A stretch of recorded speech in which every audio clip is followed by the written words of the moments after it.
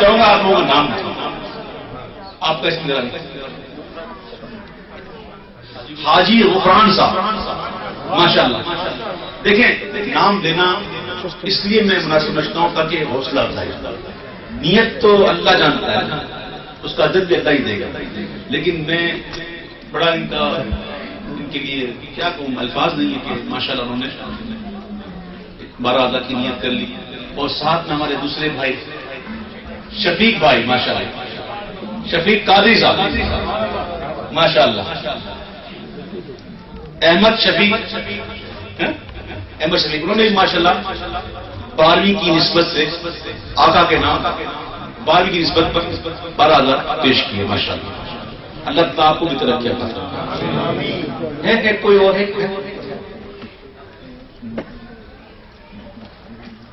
ایک ہے کوئی؟ چل تو بس 3 تو نہیں 12 والے. میری بہن میں سے کوئی کہہ سکتی ہے، بہنیں بیٹھی نہیں ہیں، وہ بھی اگر چاہیں تو اپنا نام لکھوا سکتے ہیں. چلے ٹھیک ہے.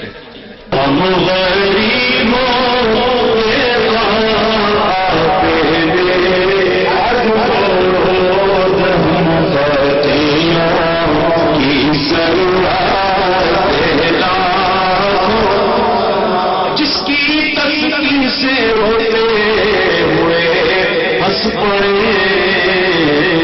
اس تبسم کی عادت دیلا او سلام مصطفیٰ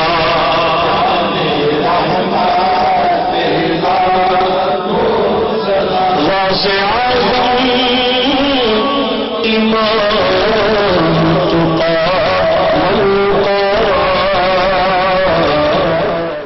محترم اور مشفق الحاج محمد اویس رضا قادری صاحب مدد اللہ علیہ کا مشکور ہوں کہ وہ اتنے دور سے ہماری محبت ان کو کھینچ لائی ہے اور یہاں تشریف لائے ہیں. میں ان کا تہ دل سے شکریہ ادا کرتا ہوں اور میں یہ امید کرتا ہوں کہ انشاءاللہ العزیز جب قادری صاحب دوبارہ تشریف لائیں گے تو ہمیں حال میں پروگرام نہیں کرنا پڑے گا.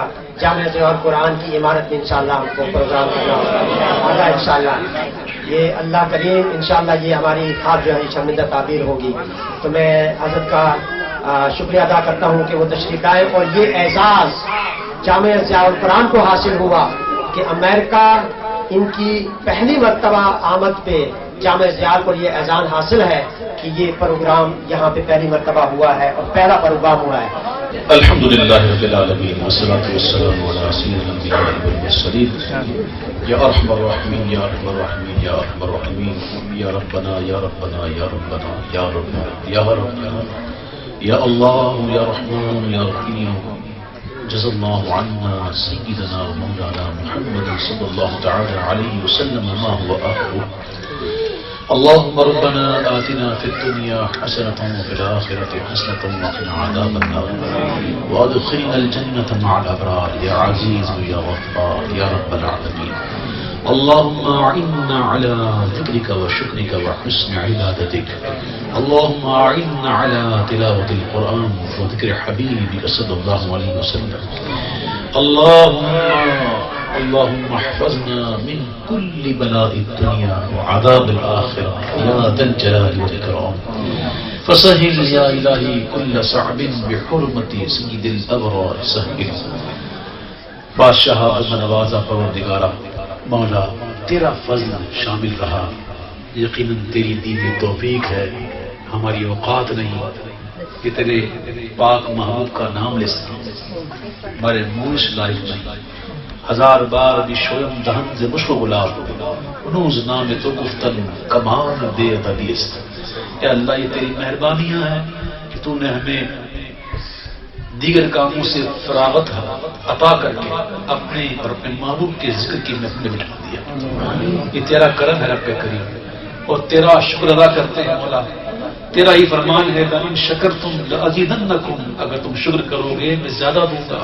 اے اللہ ہم شکر ادا کرتے ہیں کہ تو نے ہمیں خرافات سے بچا کر عبادت میں لگا دیا. اے اللہ یقیناً تو ہماری بہتری چاہتا ہے، ہماری بھلائی چاہتا ہے، تبھی تو ایسی محفل عطا کرتا ہے. اے رب کریم پروردگار آج جتنے محفل میں آئے میرے بھائی، میری بچے، میری بچیاں، میری بہنیں، میری مائیں، میرے بزرگ، یا اللہ تمام کو بخشے ہوں میں کرتے ہیں۔ جی ناظرین، اس کے ساتھ ہی ہم پروگرام کے اختتام پر پہنچ چکے ہیں اور امید کرتے ہیں ہمارے پروگرام آپ کو پسند آ رہے ہوں گے۔ ہمیں آپ کی آراء کا شدت سے انتظار رہتا ہے جو کہ آپ ہمیں بھیج سکتے ہیں salampakistan@airwaydigital.tv پر۔ اور ناظرین، یہاں پہ میں آپ کو یہ بتانا چاہتا ہوں کہ اگر کوئی بھی کمیونٹی پروگرام جو آپ چاہتے ہیں کہ وہ ہم کور کریں اور ناظرین تک ہم پہنچائیں، اس کے لیے آپ ہمیں ای میل کر سکتے ہیں اور ہم آپ کے پاس پہنچیں گے، یا آپ وہ پروگرام ریکارڈ کر کے ہمیں بھجوا سکتے ہیں۔ اس کے ساتھ ہی مجھے اجازت دیجیے، نئے ایپیسوڈ کے ساتھ اگلے ہفتے دوبارہ آپ کی خدمت میں حاضر ہوں گا۔ خدا حافظ، سلام پاکستان۔